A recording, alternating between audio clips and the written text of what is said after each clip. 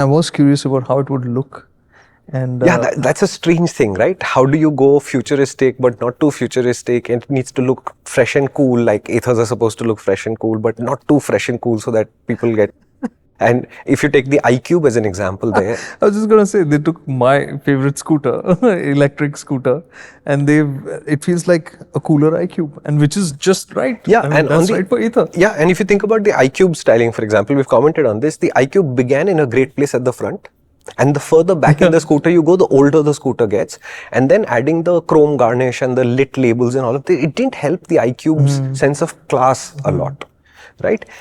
Ather is cleverer than that, at least on this one front. So when you see the Rizta for the first time, all the body panels are slightly boxy, but it's not a small scooter anymore in feel. It is a larger scooter. Is it a large scooter? No, I'm going to hold judgment on that. No, so I'll explain this. Like for me, the 450X is, as much as I enjoyed riding the 450X, it's not something I inherently felt comfortable with. I always, and I'm not tall, right? But even then, sitting on the 450X, I used to feel like it's a little cramped. I don't know, something about it just didn't work for me, right? And I get what you're saying. Like all the other bigger scooters, you feel like a little bit more spaced out. Correct. So when you ride the River Indy, for example, which is a much larger scooter than the X, it's also larger than the Rizta. You immediately have a sense of, not that you're reaching to the handlebar, but there's space in front of you, there's space ahead of your knees, your footboard is huge, and you have a massive sense of space. The Rizta is somewhere in the middle. Does it feel compact like the 450? No. Super spacious like the River? Also no. Okay. But is there enough space for you to not even think about space ever again?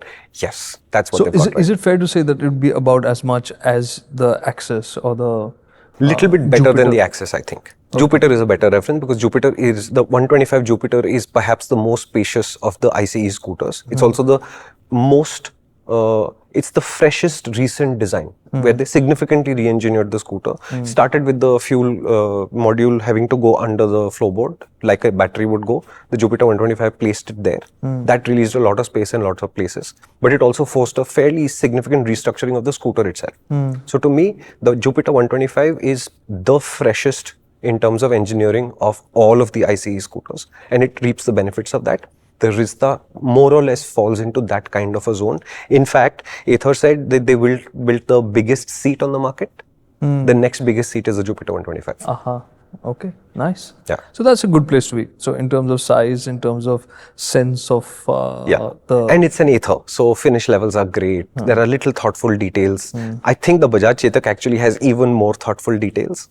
And I was as surprised as you are. The Chetak has a lot of interesting rider-friendly detail, and rider-friendly not being enthusiast rider, just the person who's operating the Chetak. There's lots of small things, like the seat stays open at whatever angle you leave it and stuff.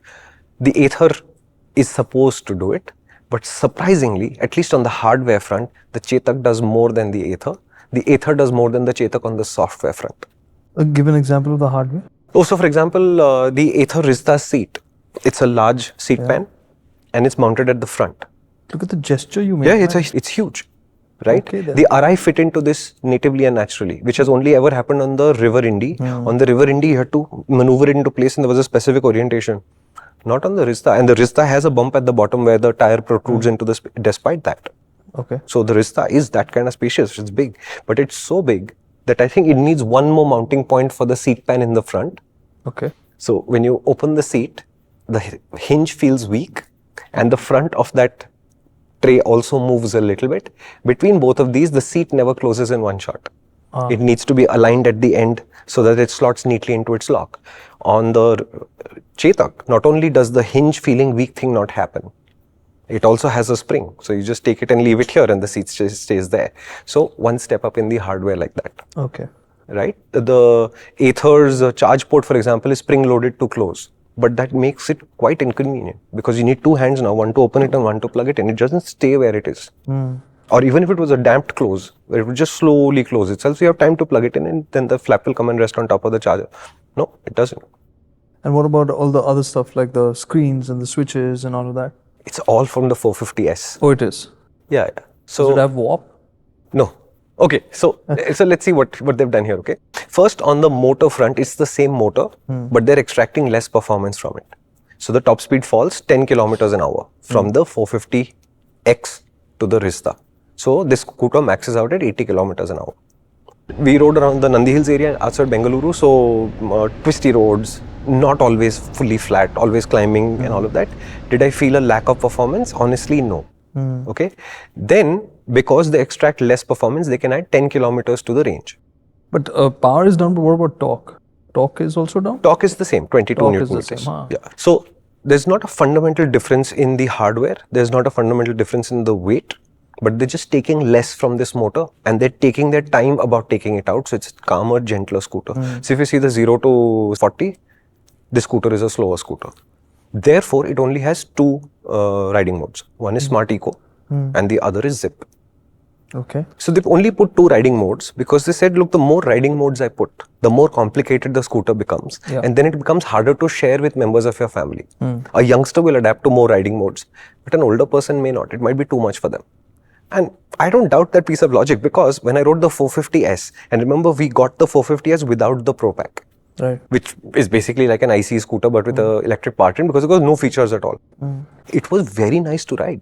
Correct. I could have asked them to have a better range indicator, a little bit more data here and there, but outside of that, it was very easy to just get on, turn the key, and that's all literally you can do, and then you go. I mean, imagine it was parked here in the office and we were walking past it and I didn't ride it, but when we were around it, Shumi said, no, you must take a look. And he turned it on, he showed me the display and all that. He said, that's it. But it's so simple and it's so nice. Exactly. Right? Exactly. Simpler can be better. Hello. If you enjoyed this clip, which means you're into good conversations, and that's what we're all about.